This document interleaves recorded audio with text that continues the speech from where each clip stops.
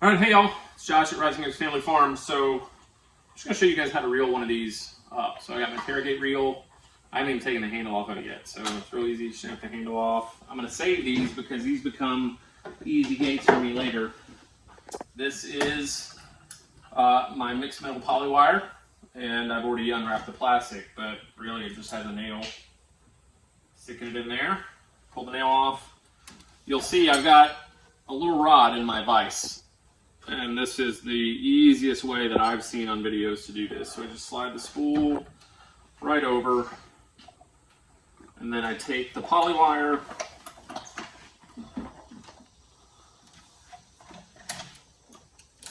and then what I do, you got these two clips right here in the reel. I run it under one time, and then I come over the top like that, and then I go in again,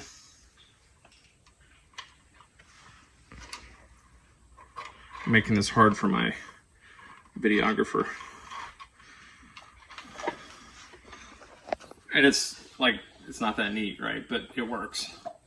And so then I usually get somewhere about 2 feet away, and I just start cranking.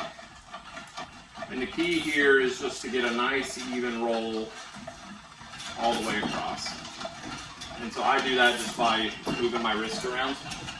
It's kind of hard to see on video, but basically what I'm doing is just rolling the reel this way as I'm spinning.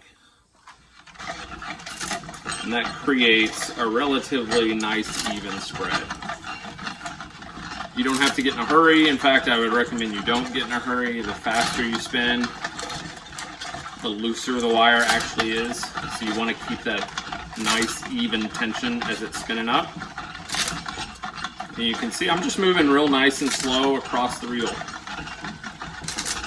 Staying nice and taut as it comes through.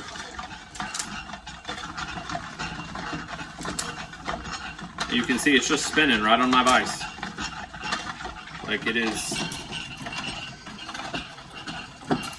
just spinning. Sometimes it gets hung up a little bit and you gotta spin it a little harder, but you can see I'll slow down. Like I'm getting a really nice even distribution across the reel here. And it's nice and tight, and that's exactly what you want. So we'll just keep on going. The reason I'm doing this video is there's a lot of videos in here, you know, on YouTube that talk about, hey, put your polybraid on a really nice Taragate reel. No one actually showed you how to do it, start to finish. And as a beginner, like, I really value start to finish things. And so I've just decided for some of these really, what seem like kind of basic things, just showing it done, start to finish, for someone who's never done it before. I know there's value for me when I find those, and so I'm just trying to see if I can add the same value to someone else. Now, this takes a little while. It's about 15 minutes, 10-15 minutes probably, to actually spool one up start to finish, especially when you're doing it this slow. But that's okay, because you get a really nice tight reel at the end that you can throw in the back of your side-by-side or wagon or four-wheeler, whatever you got, and you know it's there. Funny thing is, my son and I were doing this yesterday, and I asked Jack, hey, do you want to roll one of these up? And the reason I asked is I'd already done like 3 of these in a row, and my wrist was sore. And so I was like, hey, you want to do one? He's like, yeah, sure. And I didn't realize he reeled it up backwards. So you see how I'm turning the crank I'm turning the crank clockwise. Jack turned it counterclockwise and I didn't catch it. And so we had a reel by the time we were done where it was on backwards, so the locking mechanism, which is right here, there's a lock. So when the lock's in place, you can unreel. Well, because he rolled it backwards, this would also unreel it. And so the lock then didn't work. So it's like, okay, that's a new guideline. Make sure that you're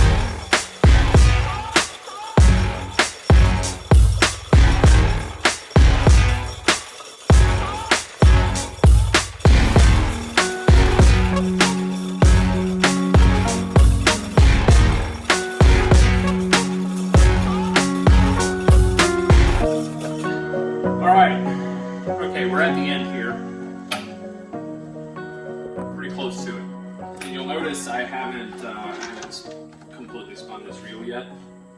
I locked this thing so it can't unwind on me. And you'll notice, like, if you come up and look at the reel, I still got probably, I don't know, 3/8 of an inch before I get to the top of the reel. And that makes it where my wire kind of stays below the edge here. So when I put it on, like if I hang it on something, I don't have to worry about the wire touching or snagging or getting caught. Usually it just sits below the reel. And I probably have, I don't know, maybe 100 feet or so of wire left on this. You can see I do this. I've done this with all of them.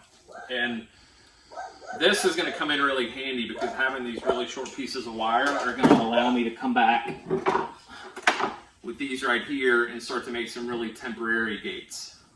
And so when I'm moving goats or pigs or anyone from paddock to paddock, I don't have to take the fence down, I can just remove my gates. And so this wire ends up being used for that kind of stuff. Hey Jack, will you grab some snips? Yeah. Oh, he's already got it. Perfect. So we just snip it.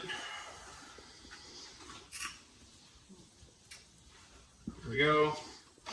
And you don't have to worry about tying the end or anything like that. And the way I tie these, I follow the Greg Judy model on this one. I just pull the wire up, pass my hand, and I got this right off one of his YouTube videos. Bring it in, wrap it 3 times, and then come back around and under and pull up. And then that keeps the wire nice and taut right there. And so this screw ends up really holding that. And I don't have to worry about it going anywhere. So now it's field ready. And it's good because I'm about to use this. So it's field ready. I just throw it in the back of the side-by-side. And I'm ready to go. So, hey, that's start to finish. How to get your polybraid on the reel from the very first go. So start to finish. Now you kind of have an idea of how to do that. And then I take what I've got left, I wrap it back up, and I save all of these. So you can see like I got like, I don't know how many spools, 4 or 5 of these that eventually are going to come in really handy as I need, you know, smaller bits of wire for other things. All right, now we're going to go out to the field and get this thing put up. Appreciate it.